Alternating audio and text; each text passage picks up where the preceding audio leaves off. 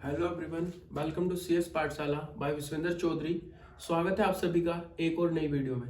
तो जैसा कि आपको पता है, हम computer organisation and architecture subject पढ़ रहे हैं और उसमें बेसिकली जो यूनिट हम अभी पढ़ रहे हैं वो है आपकी मेमोरी यूनिट। ठीक, काफ़ी सारे टॉपिक हम देख चुके हैं। अगर मैं बात करूँ लास्ट वीडियोज़ की, तो बेसिकली हम आपकी कैश मेमोरी के बारे में पढ़ रहे हैं और कैश मेमोरी में भी हम पढ़ रहे हैं बेसिकली आपकी मैपिंग टेक्निक्स, जो इस यूनिट का सबसे ज़्यादा इंपॉर्टेंट टॉपिक है। तो बेसिकली कैश मैपिंग क्या होती है कि जब आप कोई भी एक पर्टिकुलर ब्लॉक मेन मेमोरी से कैश मेमोरी में लेके आते हो, तो वो पर्टिकुलर ब्लॉक आपका कैश मेमोरी में कहाँ पे स्टोर होगा, किस पर्टिकुलर कैश लाइन में स्टोर होगा, ये मेरे को बताती है कैश मेमोरी मैपिंग टेक्निक्स। तो हमारे सिलेबस में टोटल 3 टेक्निक्स है। सबसे फर्स्ट है आपकी डायरेक्ट मैपिंग, जो हमने डिस्कस कर लिया है। उसमें क्या होता है कि आप एक पर्टिकुलर ब्लॉक को मैप करते हो किसी एक पर्टिकुलर लाइन के साथ में। ठीक, कि ये पर्टिकुलर ब्लॉक इसी लाइन में जा सकता है या ये पर्टिकुलर ब्लॉक इसी लाइन में जा सकता है। वहां पे आपकी डायरेक्ट मैपिंग होती है हर एक ब्लॉक की किसी ना किसी एक पर्टिकुलर कैश लाइन के साथ। उसके बाद लास्ट वीडियो में हमने डिस्कस करी थी आपकी fully associative mapping. Fully associative mapping में क्या होता है कि आप किसी भी पर्टिकुलर ब्लॉक को किसी भी कैश लाइन में स्टोर करा सकते हो। ठीक, आज जो मैपिंग हम डिस्कस करेंगे वो है आपकी सेट एसोसिएटिव मैपिंग। कौन सी है? Set associative mapping. तो बेसिकली ये आपने जो अभी तक दोनों टेक्निक्स पढ़ी, डायरेक्ट एंड फुल्ली एसोसिएटिव, उन दोनों का कॉम्बिनेशन है। ठीक, तो देखते हैं इसमें क्या होता है।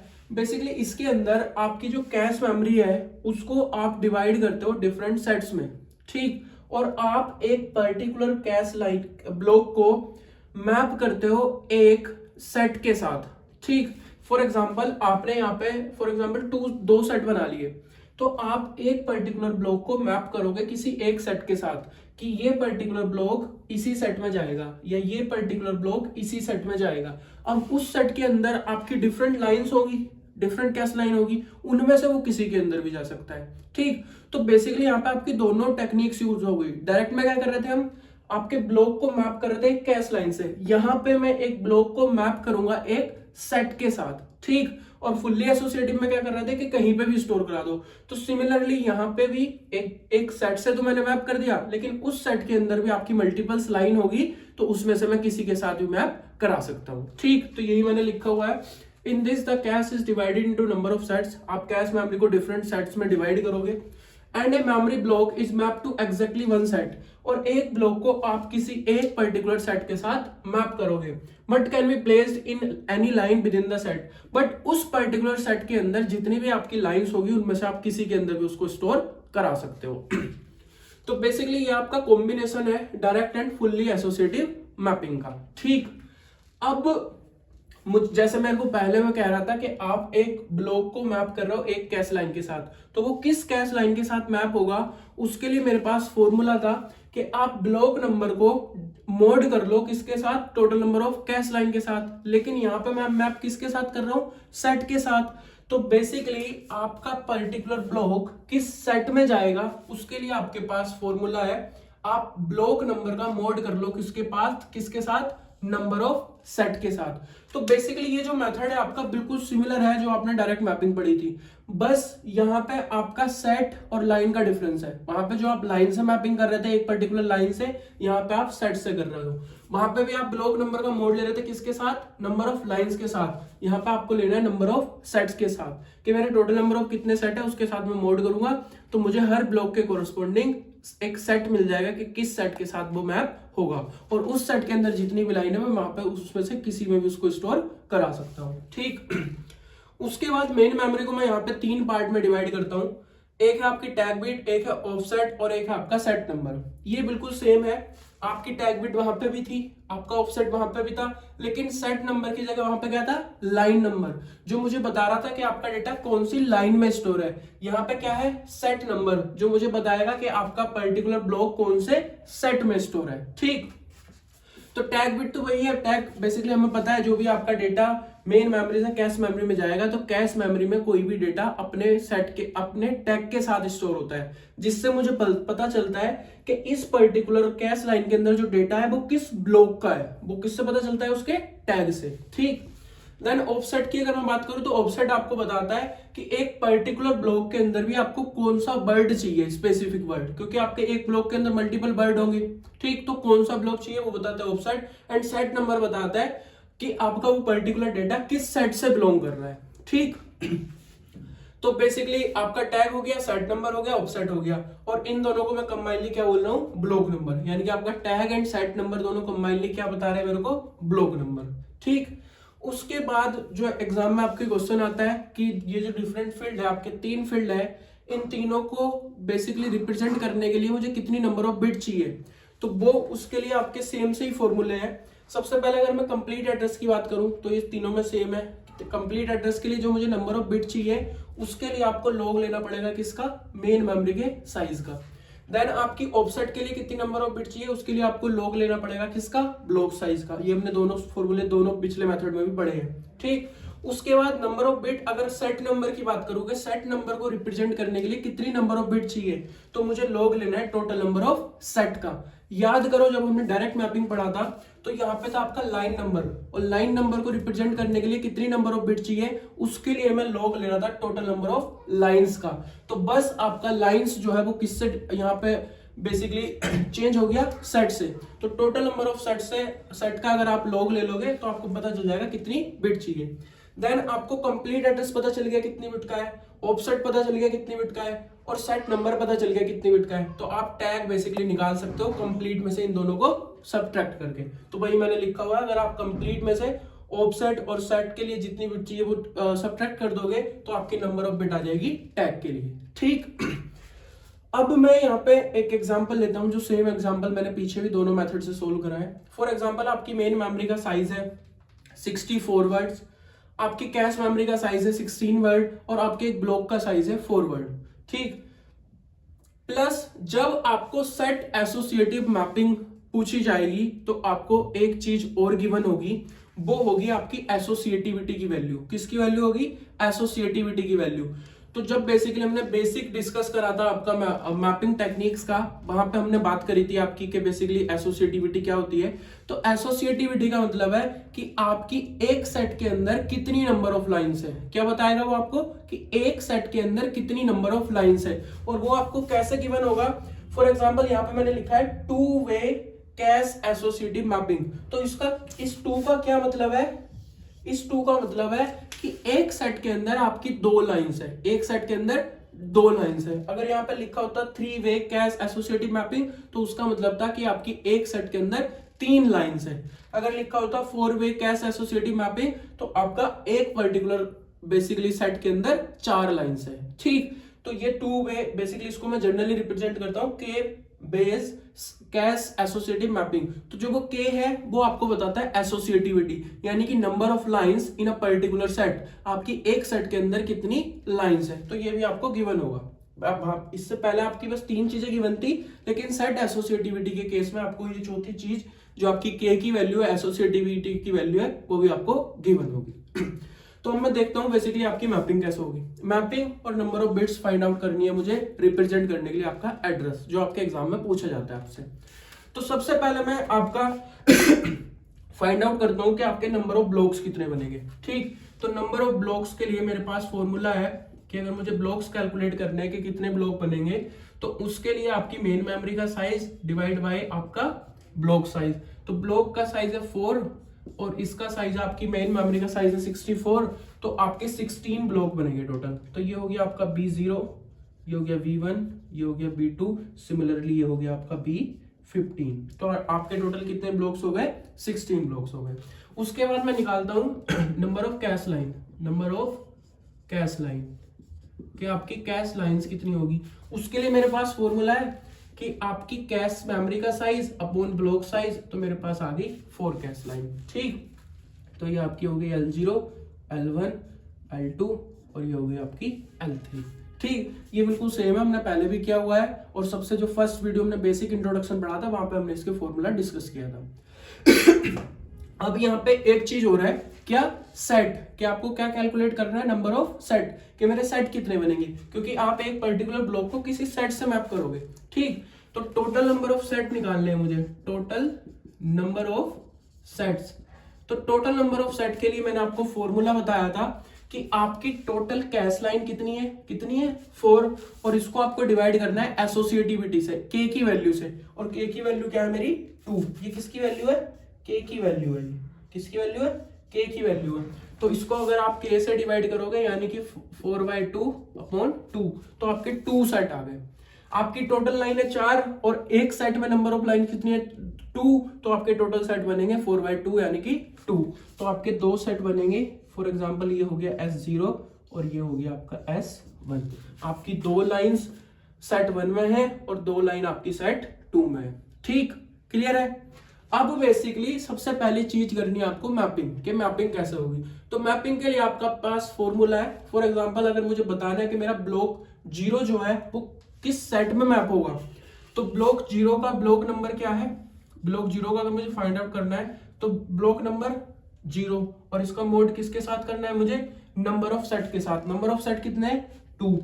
तो 0 mod 2 क्या आ गया? 0, यानी कि ये पर्टिकुलर ब्लॉक आपका इस पर्टिकुलर सेट से मैप होगा।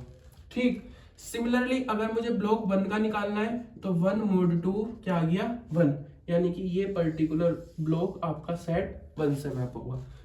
सिमिलरली अगर ब्लॉक 2 का निकालना है तो 2 mod 2 आ जाएगा आपका अगेन 0। तो आपकी जो थर्ड वाली लाइन है यानी कि ब्लॉक 3 जो है ये अगेन किससे मैप होगा? इससे मैप होगा। ठीक, तो सिमिलरली जब ऐसे आप निकालोगे तो आपकी जो मैपिंग आएगी वो कुछ ऐसा आएगी। आपका जो ब्लॉक 0, 2, 4, 6, 8, 10, 12, 14 ये सारे किससे मैप होंगे? सेट 0 से, और 1, 3, 5, 7, 9, 11, 13, 15 ये सब किससे मैप होंगे? S1 से। तो ये आपकी मैपिंग आ गई। ठीक, तो बेसिकली मेरा ये पर्टिकुलर ब्लॉक जब भी आपकी कैश मेमोरी में जाएगा तो ये आपका सेट 0 में स्टोर होगा। अब सेट 0 के अंदर 2 कैश लाइन है आपकी L0 और L1, उसमें से ये किसी में भी स्टोर हो सकता है, चाहे आप यहां पे करा दो चाहे आप यहां पे करा दो। सिमिलरली आपका ब्लॉक 1 सेट 1 में स्टोर होगा। सेट 1 में अगेन 2 लाइन है L2 एंड L3, आप किसी में भी करा सकते हो, वो आपकी मर्जी है। तो ये आपकी मैपिंग आ गई। ठीक, क्योंकि मैं डायरेक्टली मैप कर रहा हूं ओनली सेट के साथ। अब आपकी आती है नंबर ऑफ बिट कैलकुलेट करने के लिए, कि जो मेरे डिफरेंट फील्ड है इसके लिए मुझे नंबर ऑफ बिट कैलकुलेट करनी है कि कितनी बिट से रिप्रेजेंट होगा। तो सबसे पहले मैं क्या कैलकुलेट करता हूं? Complete address. क्या कैलकुलेट करता हूं? Complete address. तो कंप्लीट एड्रेस के लिए मुझे लॉग लेना होता है किसका? जो आपकी मेन मेमोरी का साइज है उसका। और मेन मेमोरी का साइज क्या है? 64, और ये मैं सेम बता चुका हूं कई बार, 2 की पावर 6, तो ये हो जाएगा 6 log 2, और log 2 की वैल्यू होती है 1, तो ये आ गया आपका 6। यानी कि आपकी टोटल नंबर ऑफ बिट जो मुझे चाहिए वो चाहिए 6। ठीक, अब मैं कैलकुलेट करूंगा ऑफसेट के लिए कितनी बिट चाहिए। किसके लिए? ऑफसेट के लिए। तो ऑफसेट के लिए मैं log लेता हूं आपके ब्लॉक साइज का। ब्लॉक साइज है 4, तो ये आ गया log 2 की पावर 2, 2 log 2 की वैल्यू होती है 1, तो ये आ गया आपका 2। तो इसके लिए कितनी नंबर ऑफ बिट चाहिए? 2। ठीक, उसके बाद मैं कैलकुलेट करूंगा कि सेट नंबर के लिए कितनी बिट चाहिए। सेट नंबर के लिए, तो सेट नंबर के लिए मैं log लूंगा किसका? टोटल नंबर ऑफ सेट का। और टोटल नंबर ऑफ सेट मैंने कैलकुलेट करे थे, कितने आए थे? 2। ठीक, और इसकी वैल्यू होती है 1। क्या होती है इसकी वैल्यू? 1। तो सेट नंबर के लिए आपकी नंबर ऑफ बिट आ गई 1। तो कंप्लीट के लिए 6 चाहिए, इसके लिए 2 चाहिए, इसके लिए 1 चाहिए, यानी कि 2 + 1 3, और टोटल के लिए 6 चाहिए। तो टैग के लिए कितनी बिट बच गई? 3। कितनी बच गई? 3। तो आपकी नंबर ऑफ बिट्स आ गई ऑफसेट के लिए 2, सेट नंबर के लिए 1, और आपकी टैग के लिए 3। तो आपसे जो एग्जाम में क्वेश्चन पूछा जाता है वो इतना ही पूछा जाता है। आपको ये 4 चीजें गिवन होगी। आपसे मैपिंग पूछी जाएगी जो मैंने ऐसे बता दी, और उसके बाद आपसे नंबर ऑफ बिट्स पूछी जाएगी। बट इस क्वेश्चन को थोड़ा एक्सप्लेन करके लिखना कि कंप्लीट एड्रेस को रिप्रेजेंट करने के लिए मुझे जो नंबर ऑफ बिट चाहिए वो चाहिए आपकी log इनटू में मेमोरी का साइज, मतलब log of memory size. Memory size की वैल्यू रखोगे 64, देन इसको कैलकुलेट करके आपका 6 आएगा। देन आप ऑफसेट की कैलकुलेट करोगे, सेट नंबर की कैलकुलेट करोगे, देन टैग की कैलकुलेट करोगे, तो वो प्रॉपर कैलकुलेशन आपको दिखानी है। ठीक, तो आपके एग्जाम में तो इतना ही पूछा जाता है। तीनों केस में आपका यही चीज है। अब जो चीज हमने पहले भी बात करी है दोनों मेथड में, कि अगर आपको कोई एड्रेस फॉर एग्जांपल एक्सेस करना हो तो आप कैसे करोगे। तो मैं वही सेम एग्जांपल ले रहा हूं आपका, फॉर एग्जांपल 0000000 आपका 6 बिट का कंप्लीट एड्रेस है, मैंने अभी फाइंड आउट करा। ठीक, अब इस 6 बिट में आपकी स्टार्टिंग की जो 4 बिट है वो क्या बता रही है, ब्लॉक नंबर, ये क्या बता रही है, ब्लॉक नंबर, और ये क्या बता रही है, ऑफसेट। ठीक, यानी कि अब इसके अंदर बेसिकली 4 वर्ड है आपके, एक ब्लॉक का साइज क्या है 4, यानी कि 4 वर्ड है, W0 W1 W2 W3। तो अगर मुझे ये पर्टिकुलर एड्रेस एक्सेस करना है तो इसका क्या मतलब है, ब्लॉक 0 में मुझे ये वाला ऑफसेट चाहिए, यानी कि ब्लॉक 0 का डेटा हो गया ये, और इसके अंदर कौन सा डेटा चाहिए, 00 वाला, यानी कि 00 कौन सा है, ये पर्टिकुलर डेटा। ठीक, अब अगर मैं इसको कैश मेमोरी में लेके जाता हूं इस पर्टिकुलर डेटा को, ठीक, तो ये पर्टिकुलर डेटा आपका कैश मेमोरी में कहां पे स्टोर होगा, आपका S0 में। मैंने अभी मैपिंग फाइंड आउट करी है, ब्लॉक 0 कहां जाएगा आपका S0 में। अब S0 में आप यहां भी स्टोर करा सकते हो, यहां भी स्टोर करा सकते हो। तो फॉर एग्जाम्पल मैंने यहां पे स्टोर करा लिया इसको, तो ये हो गया W0 W1 W2 W3। ठीक, क्योंकि आप कहीं पे भी करा सकते हो, आपने इसको यहाँ पे स्टोर करा लिया। अब बेसिकली जो ये ब्लॉक नंबर है, जो ये ब्लॉक नंबर है, इसकी स्टार्टिंग की 3 बिट क्या बता रही है आपको, टैग, और ये क्या बता रही है, सेट नंबर। ठीक, और मैंने आपको बताया था कि कैश मेमोरी में जो भी डेटा स्टोर होगा उसके टैग की वैल्यू उसके साथ स्टोर होती है, तो इसका टैग क्या है, 000। तो ये पर्टिकुलर डेटा ऐसे स्टोर होगा। टैग बताता है कि ये कौन से ब्लॉक का डेटा है। ठीक, अब आपको जब आपको मेन मेमोरी से एक्सेस करना था आपने ऐसे कर लिया, लेकिन अब आपको सेम एड्रेस कैश मेमोरी से एक्सेस करना है। तो कैश मेमोरी से एक्सेस करने के लिए मैं सबसे पहले देखूंगा आपका सेट नंबर। क्या देखूंगा सबसे पहले, सेट नंबर, कि मेरा डेटा मुझे कौन से सेट में मिलेगा, इसमें मिलेगा या इसमें मिलेगा। तो मैंने देखा सेट नंबर क्या है, 0, तो मुझे पता चल गया आपका डेटा इस पर्टिकुलर सेट में मिलेगा, यानी कि या तो इस लाइन में होगा या इस लाइन में होगा। ठीक, अब मैं आपका जो टैग है उसको चेक करूंगा कि जो मेरा टैग है, ठीक, उसकी वैल्यू इन दोनों लाइन में से जो डेटा स्टोर है उनसे किसी से मैच हो रही है क्या। तो मेरा टैग क्या है, 000, और मेरा 000 यहाँ पे स्टोर है, तो ये मैच हुआ, तो इसको मैं बोलूंगा कैश हिट, यानी कि जो मुझे डेटा चाहिए वो मेरी कैश मेमोरी में स्टोर है। प्लस अब इसका जो ऑफसेट है 00, तो मैं 00 वाला डेटा एक्सेस कर लूंगा। ठीक, अब फॉर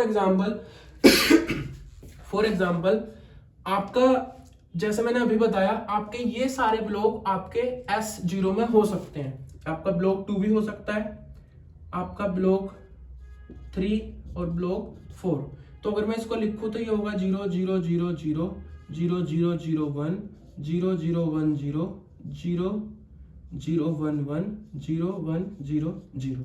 ठीक, तो फॉर एग्जाम्पल मैं एक टाइम के लिए ले रहा हूं कि आपका जो ब्लॉक 2 और 4 है वो डेटा आपका स्टोर है। यहाँ पे कौन सा डेटा स्टोर है, ब्लॉक 2 एंड 4 का। तो जो आपका ब्लॉक 2 है, ब्लॉक 2 का बेसिकली टैग क्या है, 001, और 4 का क्या है, 010। ठीक, तो यहाँ पे आपका ब्लॉक 2 का डेटा स्टोर है, यहाँ पे ब्लॉक 4 का डेटा स्टोर है, आपका ये पर्टिकुलर एड्रेस यहाँ पे नहीं है। तो अब अगर मैं ये पर्टिकुलर एड्रेस एक्सेस करना चाहूं तो सबसे पहले मैंने सेट देखा, सेट क्या है, 0, तो सेट 0 में मैं सर्च करूंगा, क्या चेक करूंगा, टैग की वैल्यू 000, इससे मैच करी नहीं हुई, इससे मैच करी नहीं हुई, तो आपका टैग मैच नहीं हुआ। इट मींस आपका कैश मिस हो गया, जो डेटा आप सर्च कर रहे हो वो आपका कैश मेमोरी में नहीं है। ठीक, तो ऐसे आपका डेटा एक्सेस होता है।